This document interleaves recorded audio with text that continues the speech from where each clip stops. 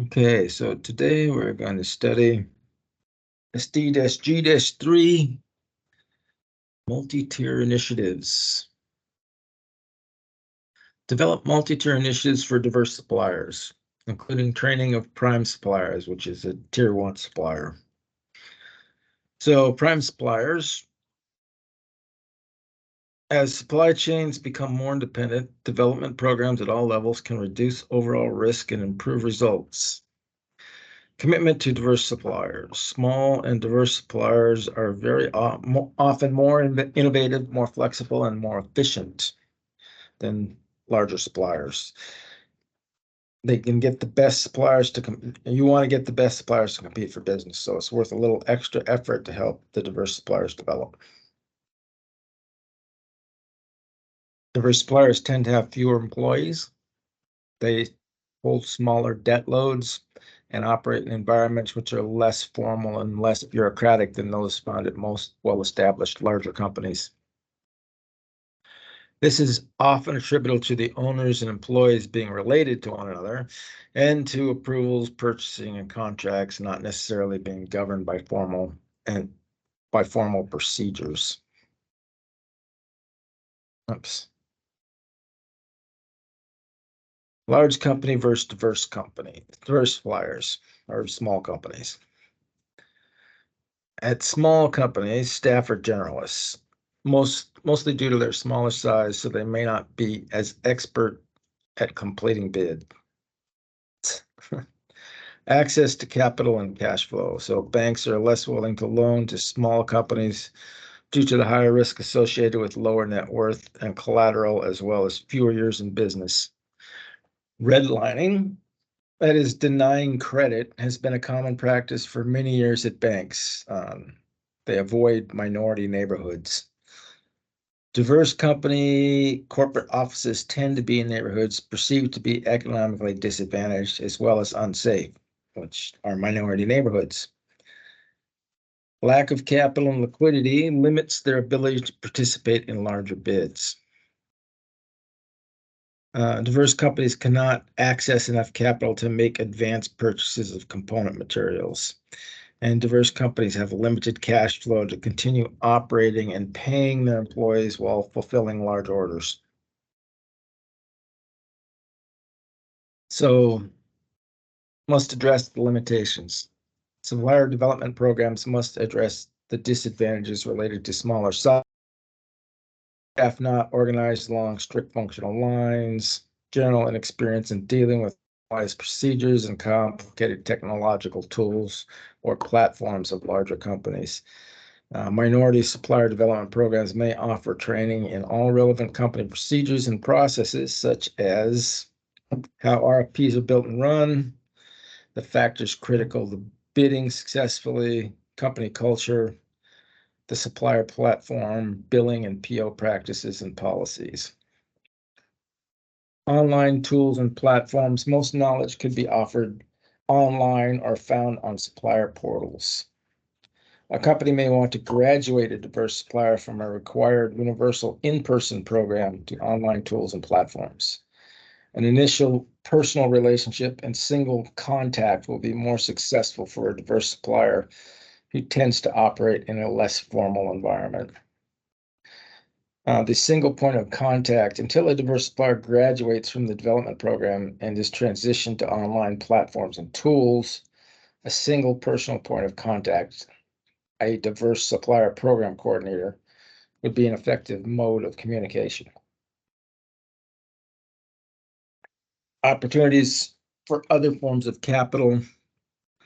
Looking for opportunities for joint partnerships or loan sponsorships could be effective ways to increase diverse supplier capabilities. Cash flow and capital disadvantages may also indirectly affect quality and the effectiveness of the quality control. So offering technical assistance and quality control training may help keep defect rates low. Supplier development programs bridge to self-sufficiency. So minimizing efficiencies in the supply chain, improving competition, and increasing profit and market share for the established buying firm remain the ultimate goals of these programs. And supplier development programs are bridges through which these corporate objectives can be achieved. Sub-tier identification, opportunity to improve the supply chain. So multiple supply tiers. Require the Tier 1 suppliers to actively promote and support the establishment of supplier development programs at all tiers of the supply chain. Tier 1s measure Tier 2s, Tier 2s measure Tier 3s, etc. Opportunities to improve supply chains can be found through the establishment of supplier development programs that encourage first and second tier suppliers to use minority businesses, organize first tier suppliers to make them aware of company supplier diversity policy, evaluate the second tier subcontracting opportunities for diverse suppliers. Companies can also encourage tier 1 diverse suppliers to identify new lower tier diverse suppliers with whom they could partner to produce the required services or products. Reporting categories and requirements. The most common KPI for diverse supplier programs is the percentage of spend with diverse suppliers. Tier 2 can be captured by requiring reporting by Tier 1 suppliers of percentage of spend of Tier 2 suppliers, and so on down the supply tiers. So Tier 2 suppliers would report on percentage of spend for diverse suppliers for Tier 3 would report on Tier 4, etc. A baseline of initial percentage of spend with diverse suppliers is captured at a point in time and measured annually.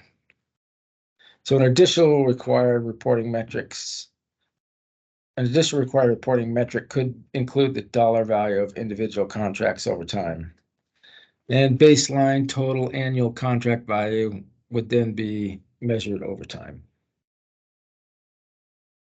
Other metrics to capture a baseline and measure annual changes could be number of minority employees or titles and salaries versus non-minority employees. This would be a metric for capturing bias and discrimination in hiring, professional development, and compensation. Number of gender, race, sexual minorities hired versus the number of publicized positions. This is a metric for discrimination in hiring. And the average retention period of women and minorities in relation to non-minorities. Metric for discrimination and unfair treatment. In the first tier to second tier supplier relationship, when a diverse supplier is in a second tier position, the first tier supplier should be transferring pertinent information to raise or improve the diverse supplier's competitive position in all the following issues, except quality assurance initiatives. No, they should be doing that. Contracting opportunities that are available. Technology and information technology improvements. Cost transfer or subsidy for the second tier supplier. So cost transfer, I think that is the answer there. It's kind of weird, but let's go look at D. D it is. All right, last question. Why are banks usually more reluctant to make loans for working capital to diverse businesses? Fewer number of employees and lower salaries? No. Less advertising by the diverse supplier areas where the plants are located? No. Due to higher risks associated with lower net worth and fewer years in business? Probably. And due to less established bank relationships? And not really. So C.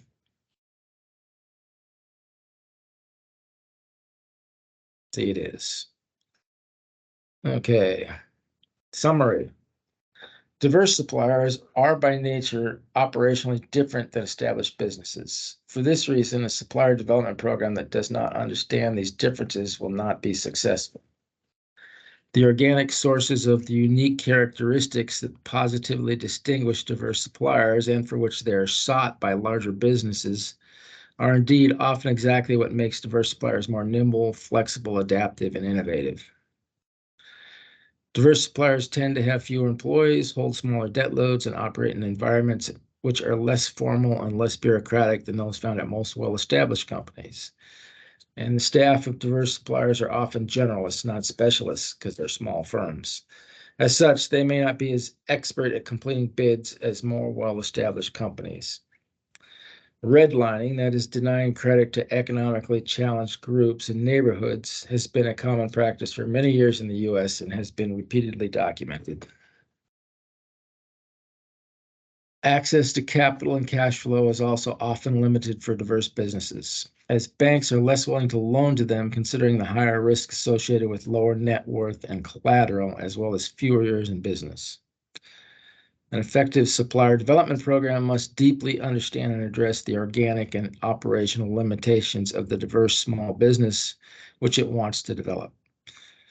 To address disadvantages, a minority supplier development program may offer training in all relevant company procedures and processes. For example, how RFPs are built and run, the factors critical to bidding successfully, company culture, the supplier platform, and billing and PO practice and policies.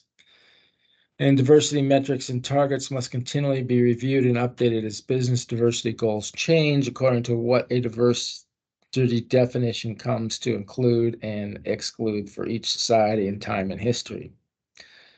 And looking for opportunities for joint partnerships as well as considering loan sponsorships or co-signing could be a remarkably effective way to render diverse suppliers more competitive and increase their capabilities. And references. And we don't want to look at that. And let's go look at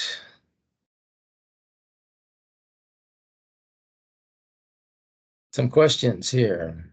Exam questions for G3. We have got 5 whole questions, so do them all individually, and the answers are located in the answer file. Want to find G3 answers to practice questions. All right, so next time we will start the H series. Thanks.